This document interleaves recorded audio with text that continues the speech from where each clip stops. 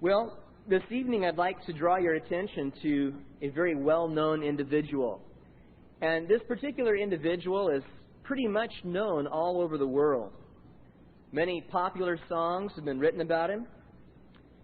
He's often pictured dressed in red, if that gives you any hints. He has helpers. He travels through the air. He knows who's naughty and who's nice. And he's been around for generations, as long as anyone can remember.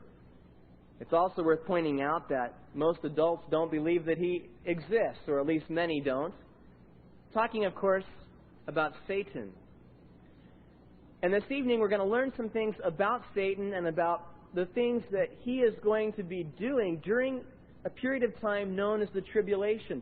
We are, of course, studying in depth through the book of Revelation. And we're looking now at that portion of the book that deals with events that are yet future.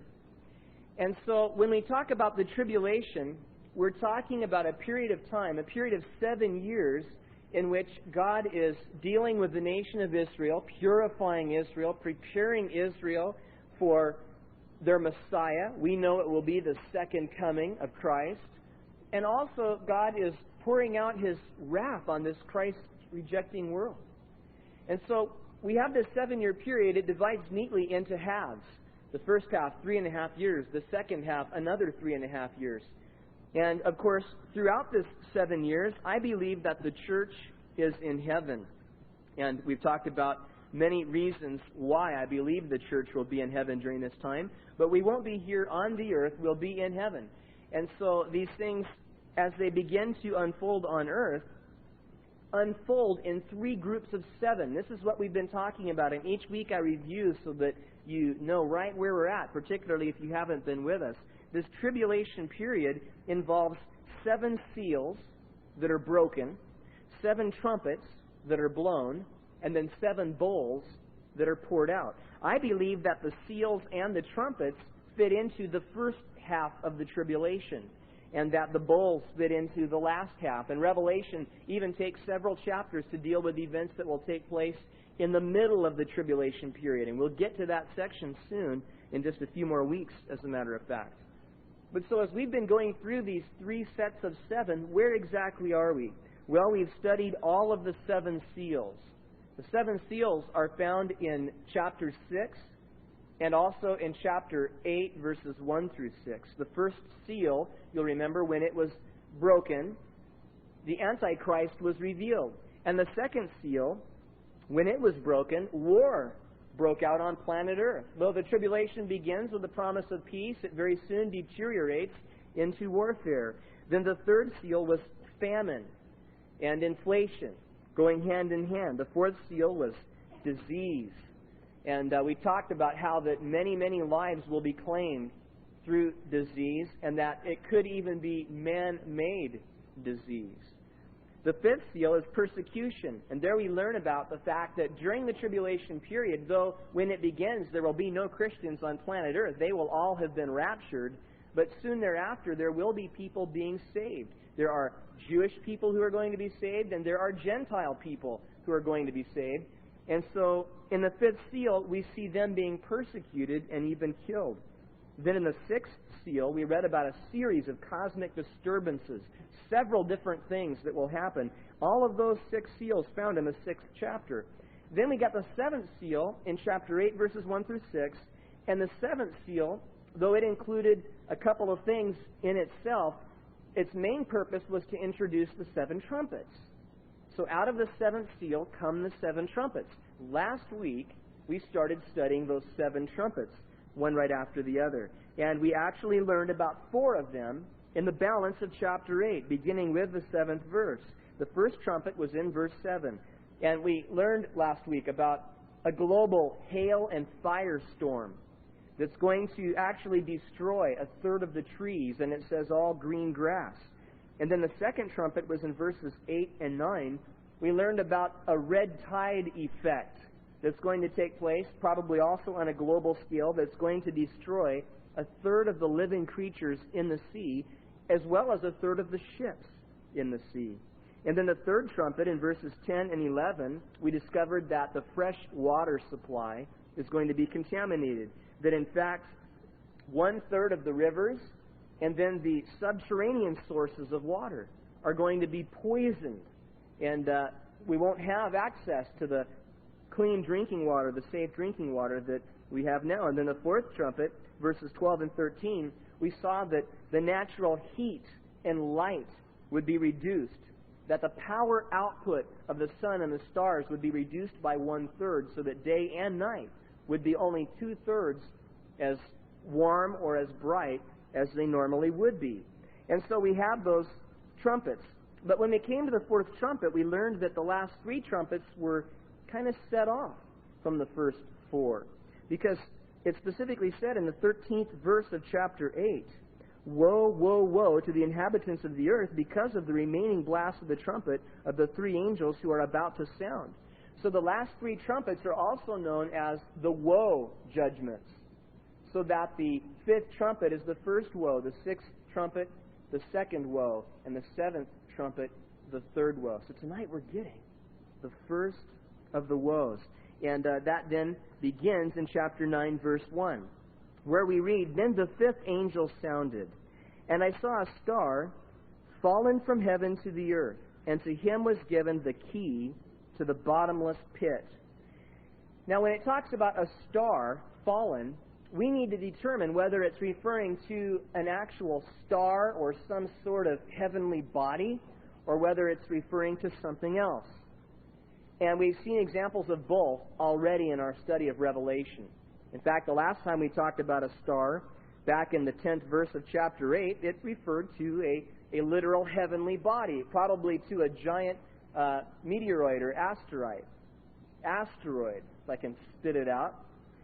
And so, in this particular case, which is it?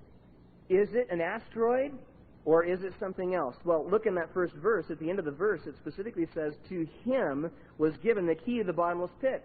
So the use of this personal pronoun clues us into the fact that we're not talking about a literal star or any other heavenly body, that instead it's symbolic. And in the Scriptures, whenever a star is used symbolically, we find that it is used for angels. And so there's a reference here to an angel of one sort or another. Now, something that you wouldn't necessarily gather from reading your English Bible is that the Greek verb is in the perfect tense. The Greek verb fallen. And so what that means is that this is something that has already been completed in the past. In other words, we're not talking about a falling angel, but we're talking about a fallen angel. An angel who has, in the past, fallen. Well, that gives us another clue as to the identity of this angel. In Luke chapter 10, verse 18, Jesus made a very interesting statement that we need to compare at this point. Jesus said, "I saw Satan fall like lightning from heaven." And I believe that when Jesus said that, though obviously he spoke that before the book of Revelation was written, he was giving us a clue as to the identity of this star in the book of Revelation. Both Jesus and John believed in a personal devil. So should you. One recent survey found that 66% do believe that the devil exists. But that means that 1 in 3 people don't. One Frenchman commented, "The devil's most beautiful ruse is to convince us that he does not exist." Well, he does in fact exist, and the Bible tells us a great deal about him. These are things we've studied before, but they're things that are always worth reviewing. Hold your finger in Revelation chapter 9 and turn back to the book of Ezekiel. Ezekiel chapter 28.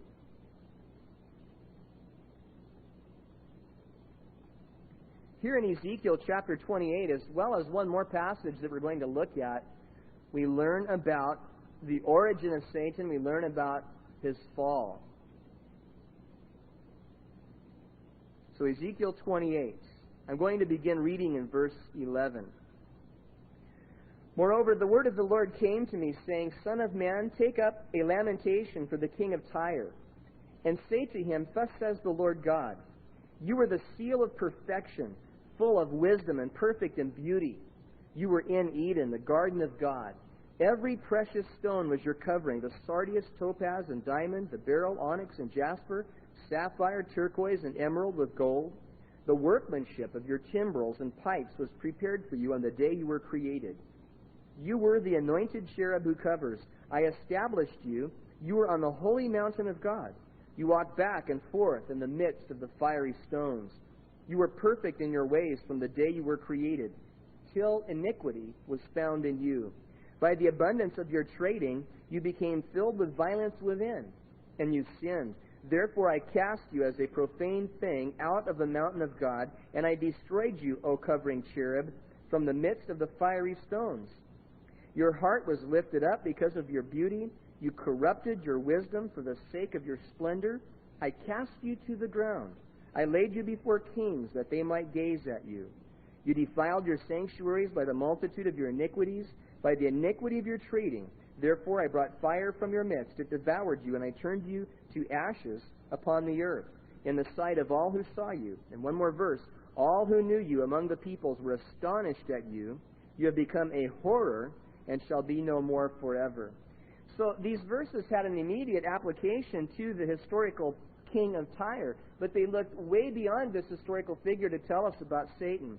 And so I'm going to review for you the things that we learn about Satan in this passage. Number one, that Satan was created. It says so in verses 13 and 15. All of the angels were created. Angels are not deceased people, as in It's a Wonderful Life. But they are angels who were created by God. And because Satan was created, he is not equal to God.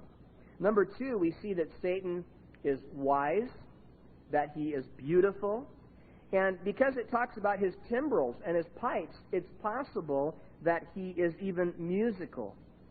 We learn here that Satan was a cherub, and that refers us to the hierarchy of angels, because we know that you have angels over whom Michael is the archangel.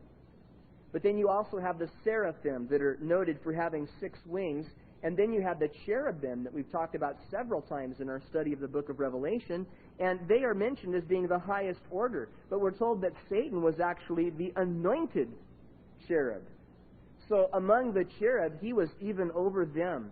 And when it said in verse 14 that he covers, the word covers could be translated guards.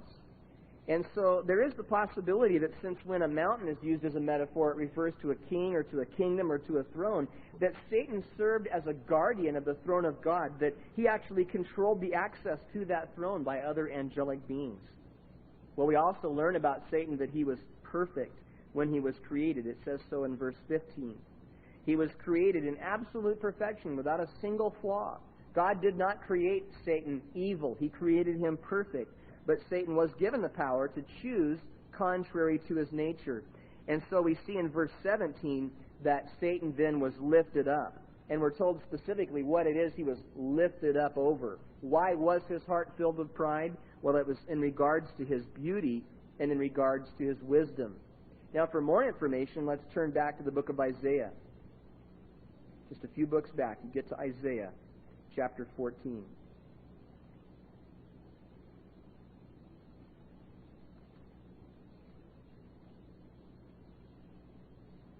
Isaiah 14, I'll begin reading in verse 12.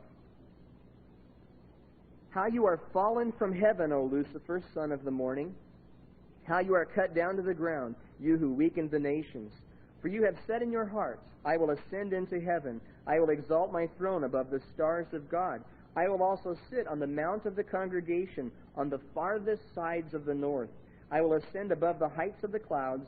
I will be like the Most High. Yet you shall be brought down to Sheol, to the lowest depths of the pit. Now, some have said that Satan has eye trouble because 5 times in this passage he makes the statement, I will. And each of them is very informative. Did you notice the first one?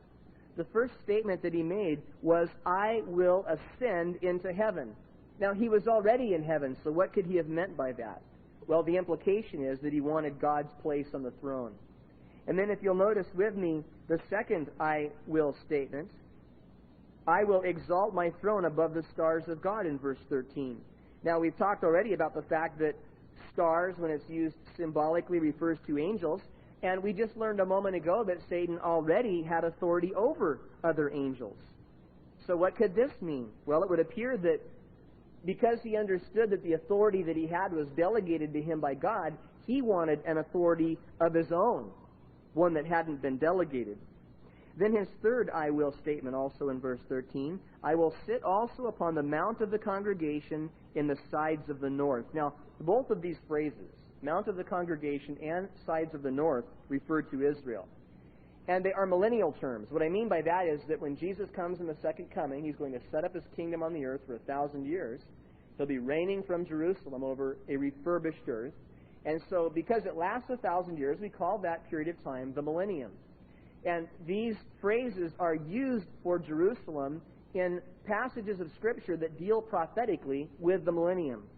So apparently Satan wanted to rule Jerusalem, all of Israel, the millennial kingdom, and ultimately the entire created universe.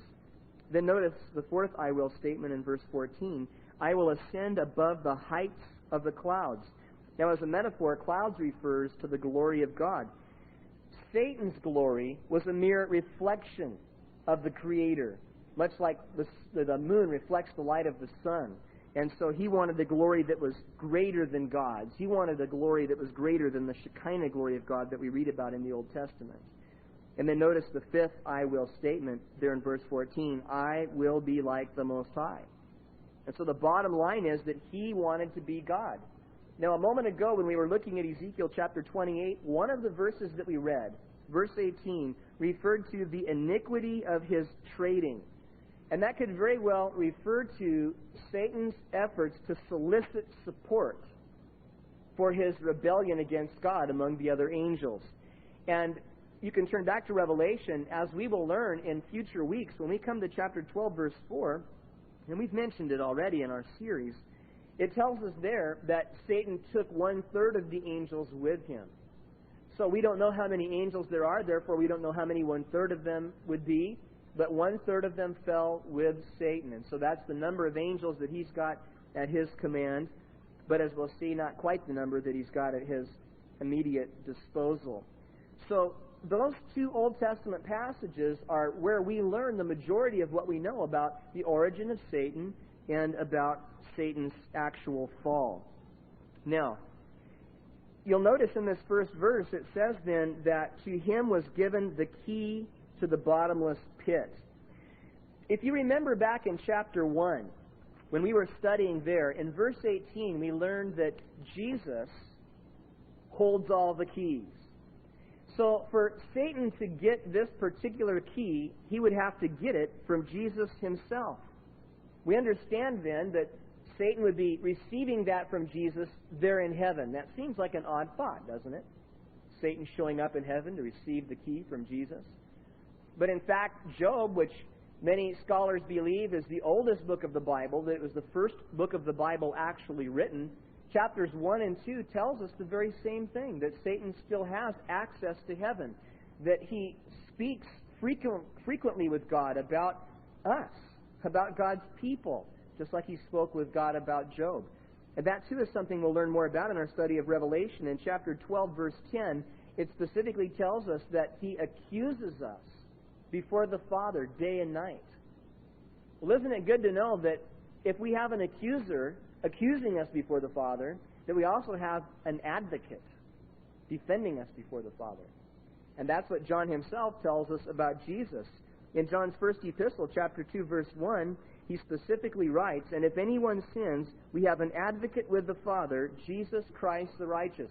So though Satan may be accusing us at times there before the throne, Jesus is always there sticking up for us. And that's really an awesome thought, definitely comforting and encouraging. Another thing we'll learn in the book of Revelation, when we get to chapter 12, beginning in verse 7, is that there's going to come a point in time when Satan is going to try to come before the Lord. He's going to try to enter heaven, as he has so many times before, only to get the old access denied message. He's actually once and for all going to be, barred from coming into God's presence in that way. And as we'll see when we get there, he's not very happy about it.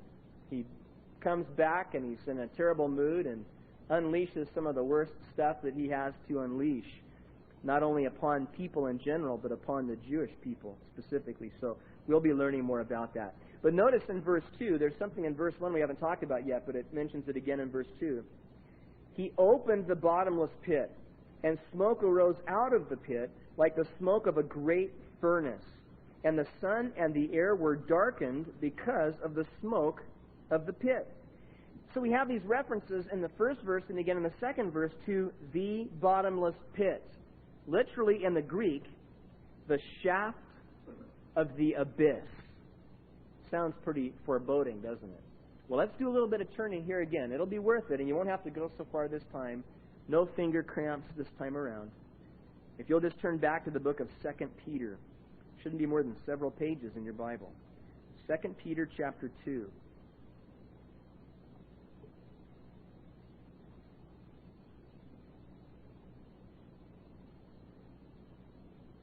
In 2 Peter chapter 2, verse 4, there's a reference to a particular group of fallen angels. It says there that God did not spare the angels who sinned, but cast them down to hell and delivered them into chains of darkness to be reserved for judgment. Now, the Greek word that's translated hell there is not the same word that we're looking at in Revelation. But most Bible teachers believe that there is a relationship between not only those two, but to all of the words that we use for hell. That though sometimes they describe different compartments, we're still talking about the same basic location, if you will, in the spirit world. Now, if you'll turn over to the book of Jude, which immediately precedes Revelation. There's only one chapter. We're going to look at the 6th verse. Jude, verse 6. Here it refers to the angels who did not keep their proper domain, but left their own habitation. He has reserved in everlasting chains under darkness for the judgment of the great day. So we have two references, one in 2 Peter 2, another in Jude, verse 6, to a specific group of fallen angels who have had their freedom taken from them by God. Now, it would be a whole nother Bible study. It would really be outside of the scope of tonight's study, unless you want to stay for hours, to talk about the various possibilities as to who these particular fallen angels are, what these particular fallen angels did, and even then, the whole subject is very controversial. There are various points of view that have their own merits. Many people would associate these particular demons with the story that we read in Genesis chapter 6. And you can go back and read that and do your homework. But the important thing to understand is this, that these angels are bad dudes. These angels are so wicked. These angels are so hardcore that God's actually got them bound up. I mean, when you think about demons in general, you think of bad dudes. I mean, these are the baddest of the bad. These guys are not even allowed to mess around with you or I or anybody else. They're being held in the abyss, in the abuso. They're being held prisoners there. And you just read the descriptions with me of their being imprisoned, of their being held in some kind of captivity. In Luke chapter 8, there's the episode that you know probably where Jesus was going to cast the demons out of a man. And they were so afraid that Jesus might send them to this particular place. It says that they begged him that he would not command them to go out, that is, out of the man, into the abyss. They begged him.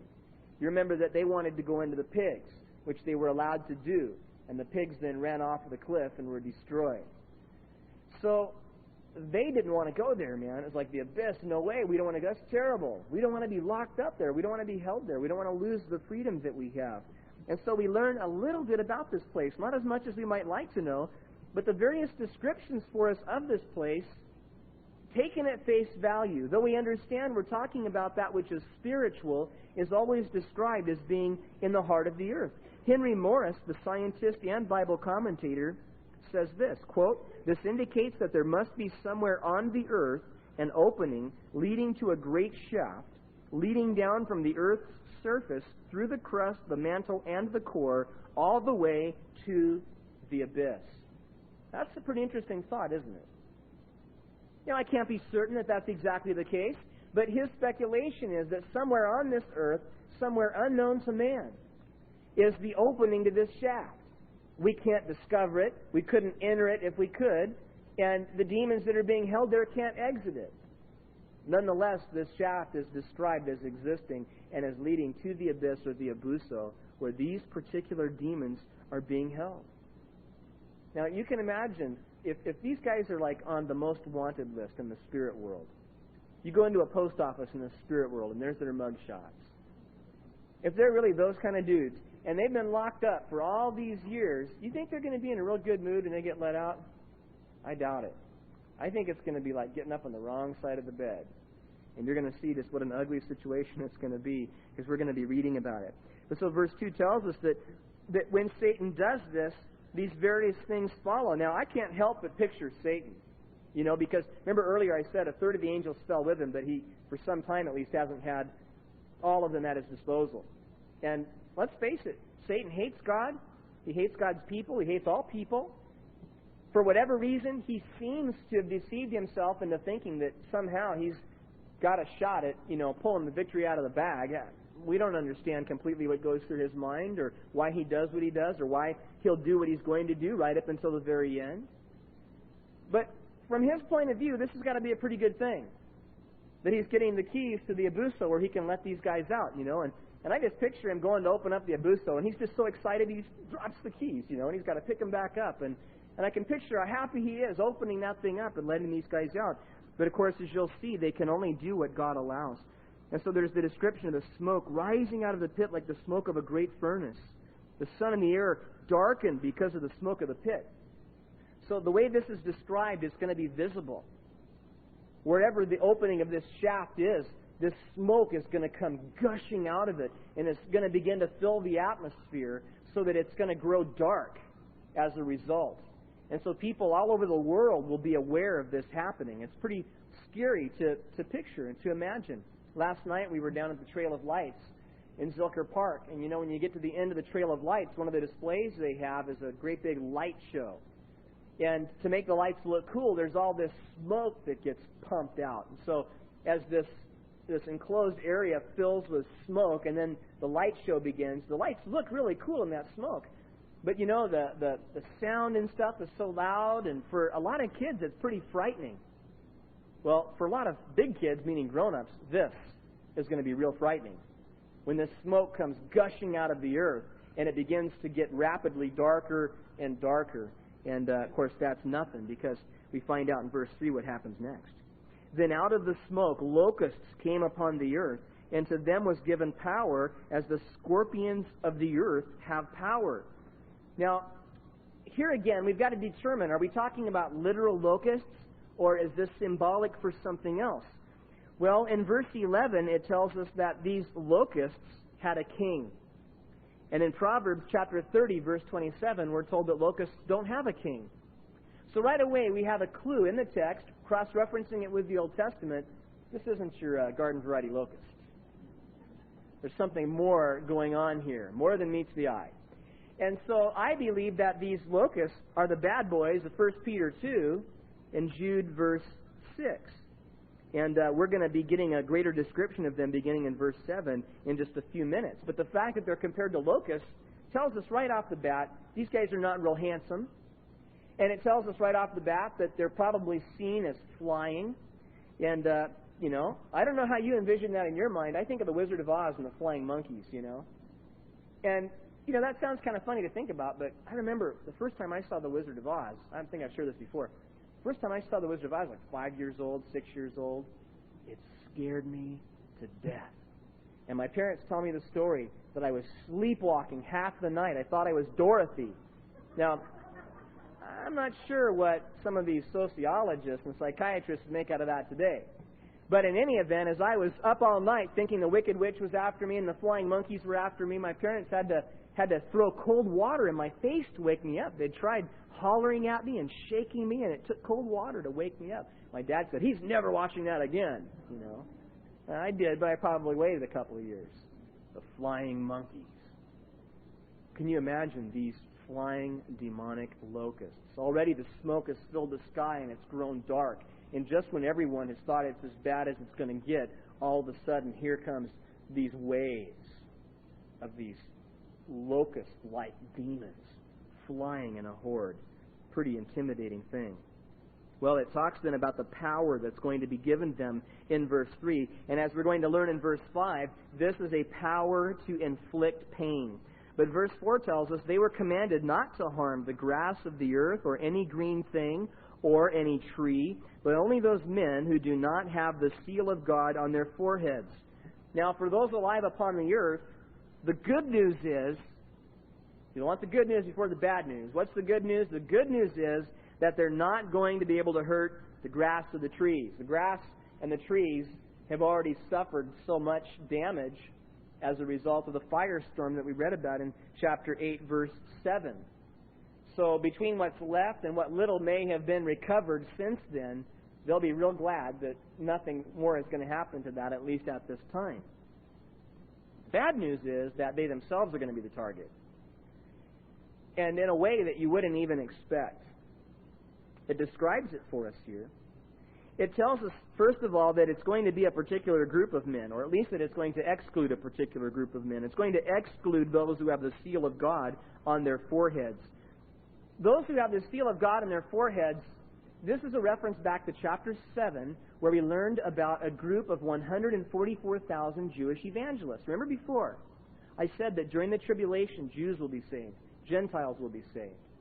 Of the Jews who will be saved, we're not suggesting there will only be 144,000 Jews saved. But of all the Jews that are saved, there will be 144,000 of them who will be called by God to be evangelists and who are going to receive this seal that's referred to here. We read about it already in chapter 7, verse 3. And so this seal is because they have this seal, they're going to be protected throughout the duration of the tribulation. And so none of these things that happen are going to affect them personally. They're going to be protected from all of these things. But getting back then to these men, sometimes I kid about how when you become a Christian, there's a spiritual sign put on your back that says, "Kick me." Only the demons can see it. As soon as you get saved, it's taped there, and they start roughing you up. And from then on, you've got spiritual opposition in your life like you've never had before. That's why sometimes people are having a hard time and they get saved and the time gets even harder and they can't figure it out. Well, you've got opposition now you didn't have before. Now instead of floating downstream, you're swimming upstream. God enables you to do it, but it doesn't mean that it's always easy. And so at this point in time, though, we could argue that it's going to be just the reverse. Because now all the unbelievers have got a kick me sign on them. And these demons are going to do some things that are going to be pretty terrible. Verse 5. They were not given authority to kill them, but to torment them for 5 months. And their torment was like the torment of a scorpion when it strikes a man. Now notice that they were not given authority, it says. And if you remember in verse 4, it says they were commanded not to harm certain things. So, as I indicated already, the emphasis here is on the fact that God is sovereign. To anyone alive on the earth at that time, it will seem as if everything is just chaos. As if all control has been lost. But nothing can be further from the truth. In fact, God will be in complete control. And nothing will happen except what fits into His plan. Nothing will happen except what He allows to happen. And so though from the world's point of view it's chaos, though from Satan's point of view perhaps he's running amok and doing what he wants to do, from God's point of view it's all very organized. It's all very much a part of His schedule and His time frame as these things begin to happen. But it tells us that this episode that we're learning about is going to last for 5 months. Now 5 months is a long time. There's a sense in which it's not long at all. I mean, I look back over the 6 months or so that we've been meeting in this building, and it's just gone like that. It just seems like it hasn't been but a couple of weeks since our first service in this building. But then there are those times where a day feels like a year, you know? Like one of these episodes, we've had a lot of sickness in our house lately. One of these episodes where you're sick all night long, and that 8 hours feels like, about 1 billion years. We've joked about it before, how it just seems like the sun will never come up again. You know, this night's just going to go on and on and on forever. Well, that's how this period of time is going to feel. I mean, this 5 months is going to feel like it just goes on and on and on.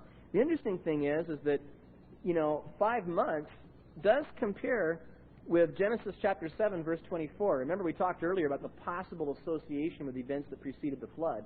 And in Genesis chapter 7, verse 24, it talks about a 150-day period in relationship to the flood. So there again, I'll let you kind of make some comparisons and read those verses and see what you come up with. But it's going to last for 5 months. And what exactly is it? Their torment was like the torment of a scorpion when it strikes a man. We were talking the other night about people who have like tarantulas for pets. And our daughter Lauren can't stand tarantulas. You know, she is definitely not one of these kids who would want a great big hairy spider for a pet. But you know, worse than a tarantula for a pet would be a scorpion for a pet. That would not be a good thing.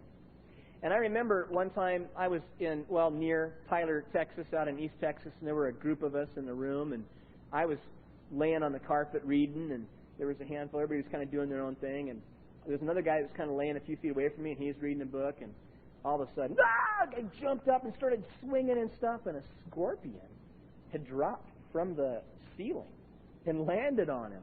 And he didn't get stung. Miraculously, that thing didn't nail him. He got up and the thing fell off and stuff.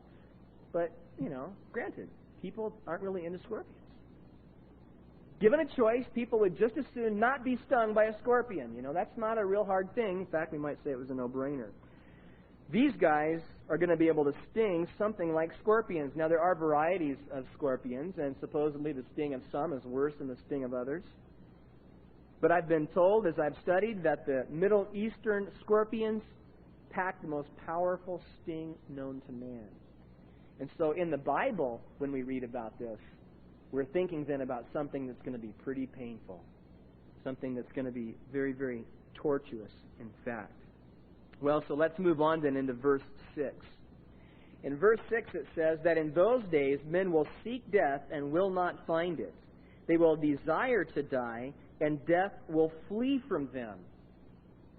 Now, this verse is pretty amazing.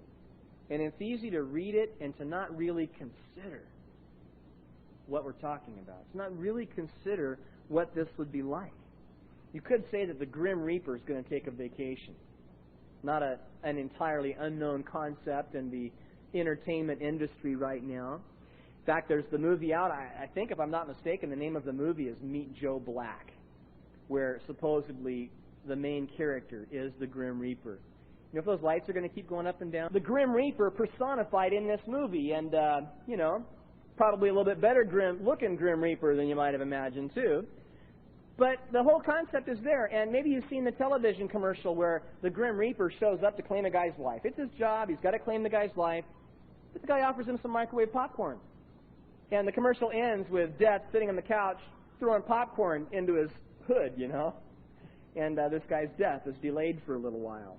Well, that's not entirely unlike how it's going to be during the tribulation. When you think about it, some people would say, hey, that's a good thing. No death. No one's going to die for 5 months. It's a dream. It's wonderful. It's excellent. Well, you haven't seen The Twilight Zone. Because I remember that episode of The Twilight Zone where that one guy sold his soul to the devil and he became immortal. And because he was immortal and he couldn't die, he was getting bored with life and decided to start doing crazy things. You know, like he threw himself in front of a train just to see what would happen when he got up and walked away and freaked people out. And finally you come to the end of this thing, and as he takes things, you know, to another level and another level, he ends up committing a crime, thinking that he's going to get the death penalty and live through it. And instead of giving him the death penalty, they show him mercy and give him life in prison without the possibility of parole. Bummer. That wasn't the plan. So maybe it's not such a good thing if death takes a vacation. In fact, the implication here is that there will be suicide attempts, that suicide attempts will be commonplace, but that they will be unsuccessful. One possibility is that people trying to kill themselves will simply be foiled, that God will in some way foil these efforts or these attempts. Guns perhaps misfiring, knives slipping from a person's grasp, poison being dropped and breaking or spilling, and things along, you know, those lines. I had to laugh when someone in the church forwarded me recently these awards, and maybe some of you saw them by way of email, the Darwin Awards. These crazy Darwin Awards apparently are handed out every year to people who manage to kill themselves in the stupidest ways imaginable, doing really dumb things that end up costing them their lives. Well, in the list of the Darwin Awards, one of the things they do is they give honorable mentions to people who didn't quite pull it off. In other words, they did something really dumb that could have cost them or someone else their life, but they didn't end up dying. A couple of the honorable mentions. In Guthrie, Oklahoma, in October, Jason Heck tried to kill a millipede with a shot from his .22 caliber rifle. But the bullet ricocheted off a rock near the hole and hit his pal in the head, fracturing his skull. Luckily, the pal survived.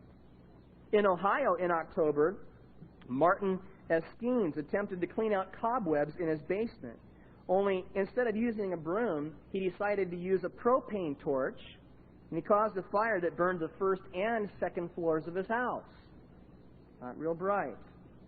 Another honorable mention was Paul Stiller, 47 years old. He was hospitalized in Andover Township, New Jersey in September, and his wife Bonnie was also injured by a quarter stick of dynamite that blew up in their car.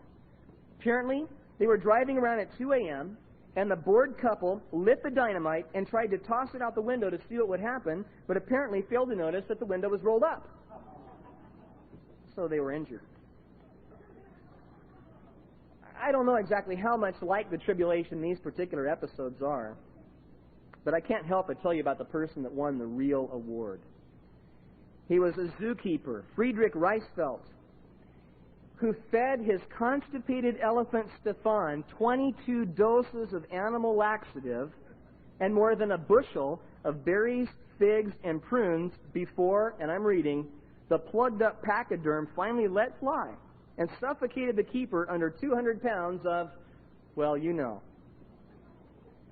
Investigators say the ill-fated zookeeper was attempting to give the ailing elephant an olive oil enema when the relieved beast lost it completely. It took them a while to dig the poor guy out. He'd suffocated. Well,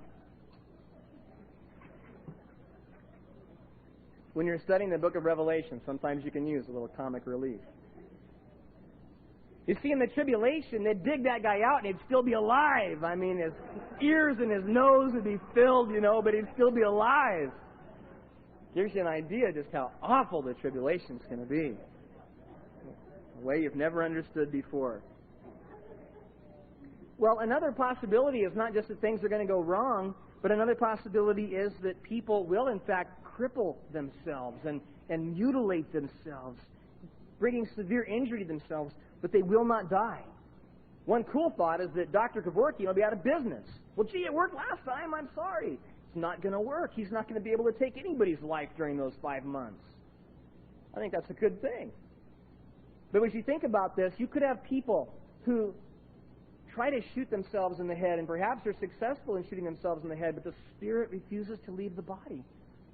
Or a person who jumps from the top of a tall building. I remember when I lived in Hollywood in California, we watched for about an hour someone who was standing, they looked like this big, up on top of a building. Police and fire crew were all there, and I'm happy to say I don't believe this individual ever did jump. But way up at the top of that building, in the tribulation, a person who would be so tormented and wanting to flee all of this might try to take their life for what they think will be relief, only to plunge all the way to the bottom and to land, and you can imagine the mess, but the spirit would refuse to leave the body. So it's a horrible and bizarre time. It's really pretty heavy to think about. At the beginning of verse 7, we get this more in-depth description. We'll move through it quickly, of these demons. The shape of the locusts was like horses prepared for battle, and on their heads were crowns of something like gold, and their faces were like the faces of men.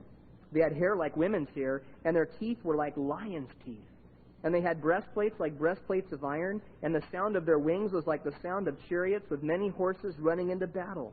They had tails like scorpions, and there were stings in their tails, and their power was to hurt men 5 months. So by way of review, their heads wore crowns like gold in verse 7. Their faces were like men's, verse 7. Their hair like women's, verse 8. Their teeth like lions, verse 8. Their breastplates were like iron, verse 9. Their wings like the sound of chariots with many horses, verse 9. And their tails were like scorpions, verse 10. Notice, though, the use of the word like. Doesn't mean that that's exactly what these things were, but that's what these things were like. So if we were to draw it exactly according to that description, it probably wouldn't look like what John saw. But what John saw was reminiscent of these things. It brought these things to mind. It was as close as John could get in his description. Verse 11, and they had as king over them the angel of the bottomless pit, whose name in Hebrew is Abaddon, but in Greek he has the name Apollyon.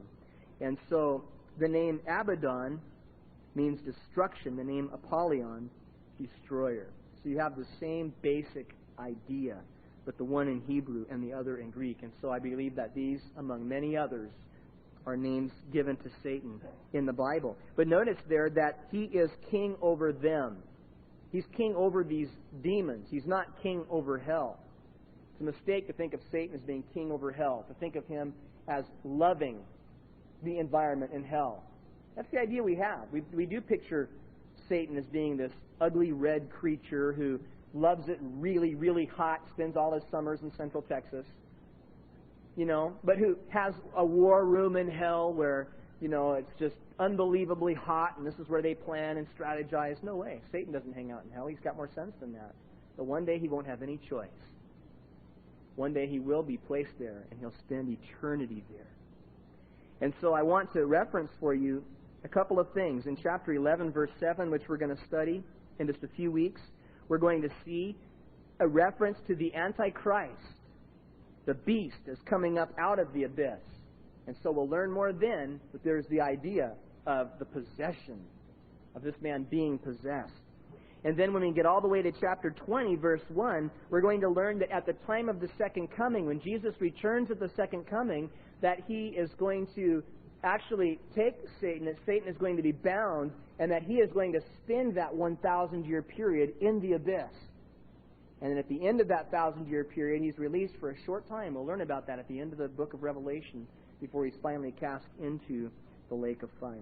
Well, then verse 12. It's the last verse we get tonight. One woe is past. Behold, still two more woes are coming after these things. And so the one that is already past, we're told, is nothing, because there's two more coming. So we continue our journey. Next week, of course, we won't have a Wednesday evening study because it's Christmas week. We'll meet instead on Thursday night for our Christmas Eve candlelight service, and it will be at 6 and not at 7. But when we resume our study of Revelation, we'll be picking up with the sixth trumpet. And of course, I encourage you to continue not only reading what the Scriptures say about the end times, but to continue also to watch the news and to watch current events.